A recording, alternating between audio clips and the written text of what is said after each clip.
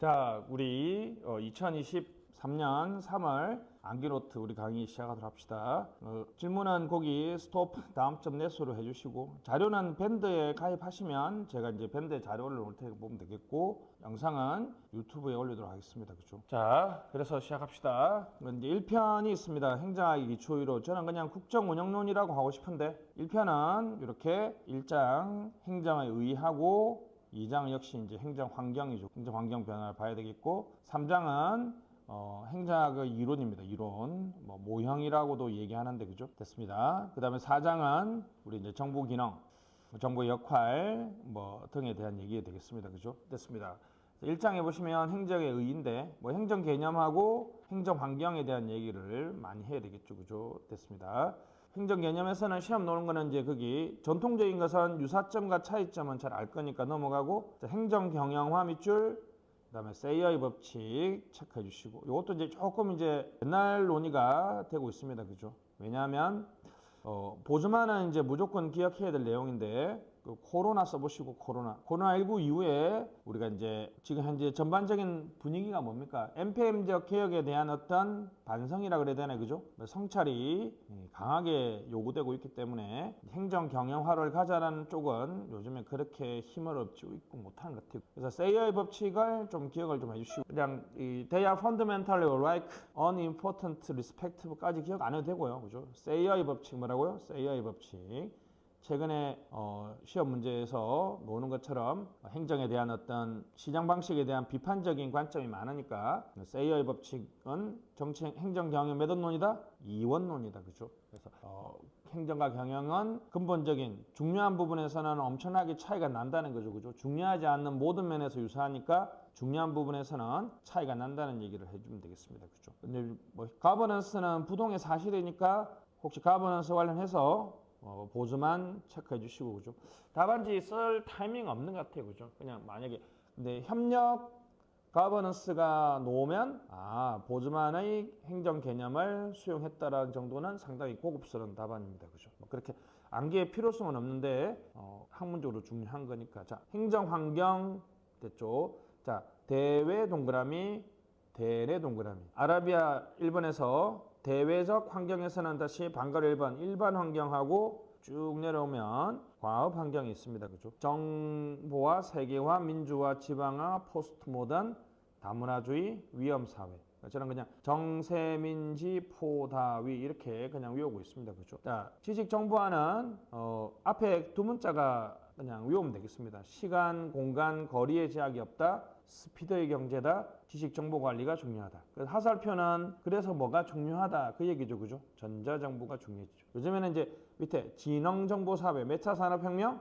4차 산업혁명이죠. 답안지에 쓸 일이 많으니까 외우시죠. 2016 WEF에서 본격 논의. 알았죠? 그냥 외우세요. WEF 세계경제포럼이라고 굳이 안 써도 될 것 같습니다. 자, 외웁시다. 다시.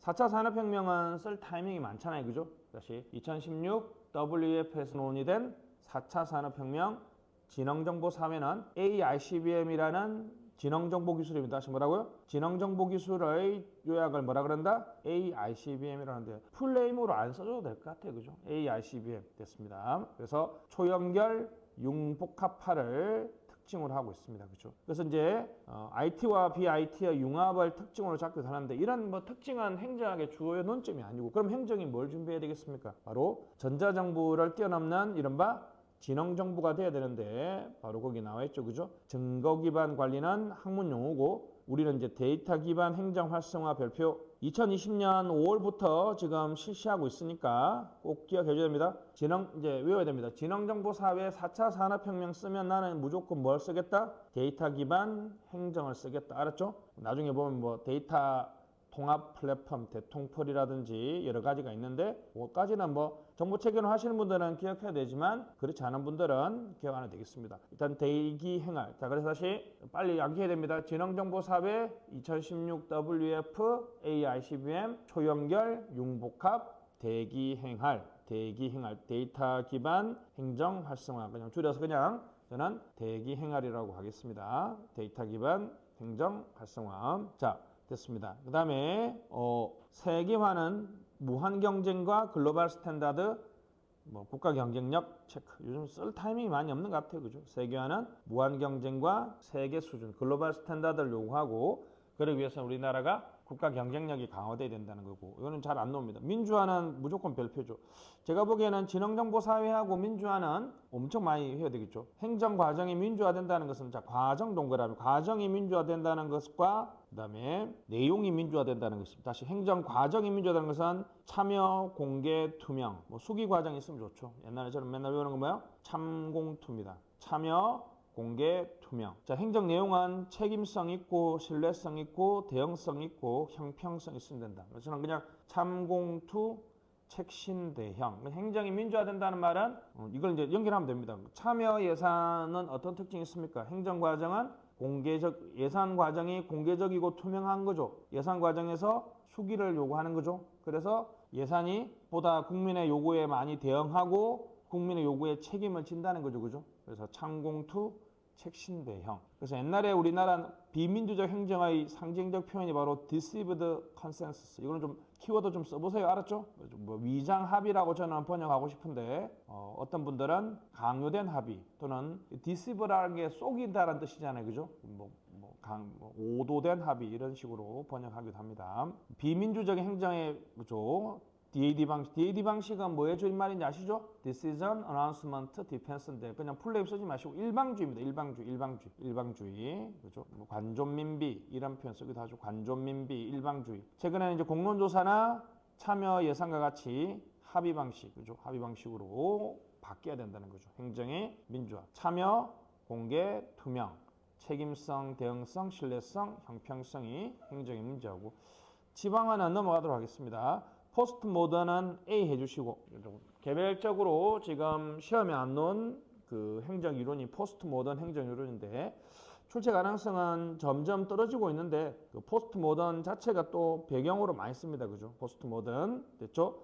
상다구회 다시 상다구회 됐습니다. 반담입니다. 반담 상다구회 반담 기분 빼됩니다. 그죠? 상상 상대주의 다원주의 다양성 선호 구성주의, 인간 해방, 해체.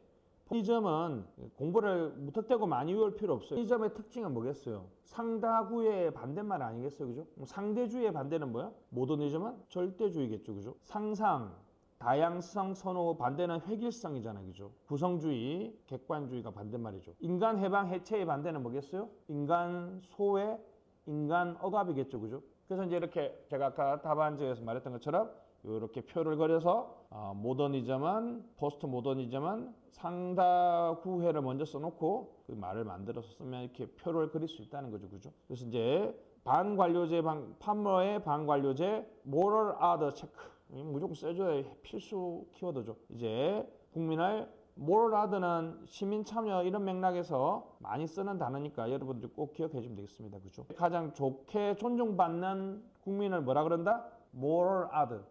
포스트 모더니즘에서 아니면 팔머의 반관료제에서 강조하는 것처럼 이제 국민은 뭐다? moral order, 도덕적 타자이기 때문에 됐습니다. 그죠? 그들을 참여 대화, 공론조사 같은 방식으로 그죠? 담론의 정표가 4개 있네요. 그죠? 등대숙 수용입니다. 평등성의 등, 대표성의 대, 수기성의 숙, 수용성의 숙. 좋은 담론, 담론의 보정, 담론의 조건은 뭐다? 평등성은 누구나죠. 누구나 그죠? 누구나 그 담론 과정에 참여할 수 있어야 된다는 것이고 대표성은 그 담론의 참여자들이 전체 국민을 대표할 수 있다는 거고 수기성은 기꺼이 선호를 변경할 수 있다는 것이고 수용성은 결정을 받아들일 수 있다는 거죠. 그래서 등대숙 수용 여기까지는 안 해도 됩니다. 그죠? 다시 포스트 모던 해봅시다.